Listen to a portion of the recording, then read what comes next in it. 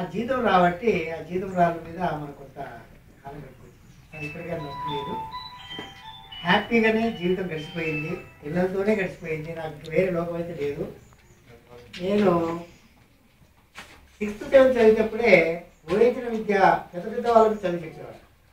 వయోజన విద్య మా సారు శంకరెడ్డి గారని మా గురువు ఆయన ప్రారంభించి ఆయన గారి పాపం సాయంత్రం వేళ అలవాటు, ఆ అలవాటు కొరకు ఆయన వెళ్ళిపోయేవాడు. ఇక ఈ కార్యం ఈయన చదువు చెప్పే బాధ్యత నాకు నల్గొండలో రిటైర్ అయ్యి అన్నారు వారు.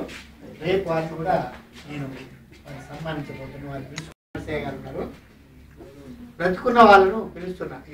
నరసయ్య గారు ఉన్నారు, 3-4 తరగతులు చెప్పాడు, 4వ తరగతి చెప్పాడు. నిజంగా ఎడ్యుకేషన్ అంటే ఆయన ద్వారా వచ్చింది, అసలు ఇట్లా ఉంటుందా? మరి హైదరాబాద్లో దేవరకొండలో పోతే మరి వాళ్ళు ఉన్నారో లేదు తెలియదు.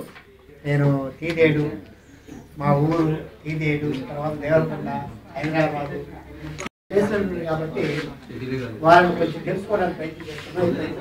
దొరికారు వల్ల ఆవిడ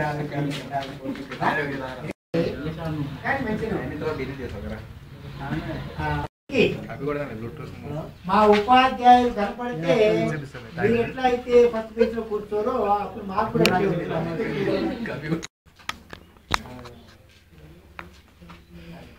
ధర్మారావు సార్ అని మా ఊరు పక్కనే ఇప్పుడు ఎమ్మెల్యే ముఖ్య నారాయణరావు ఉన్నారు కదా, నారాయణరావు తమ్ముడు ఆయన. ముఖ్య నారాయణరావు ఎమ్మెల్యే కాదు, ఏమనేవాడు కాదు, కానీ చదువుకోవాలని ప్రోత్సహించేవాడు. కానీ మాకు మ్యాథమెటిక్స్ కూడా నాకు ఆల్జోబ్రా అంటే ఉండే కాదు.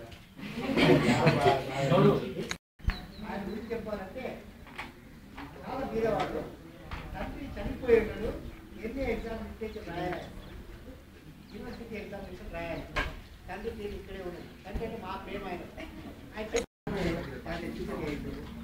ఇంకొక అతను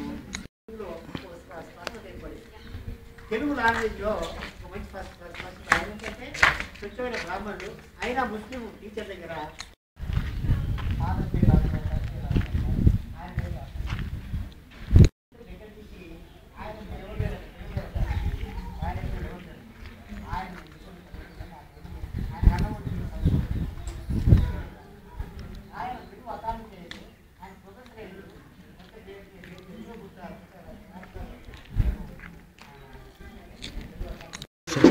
ఎందుకు చెప్తున్నానంటే కొన్ని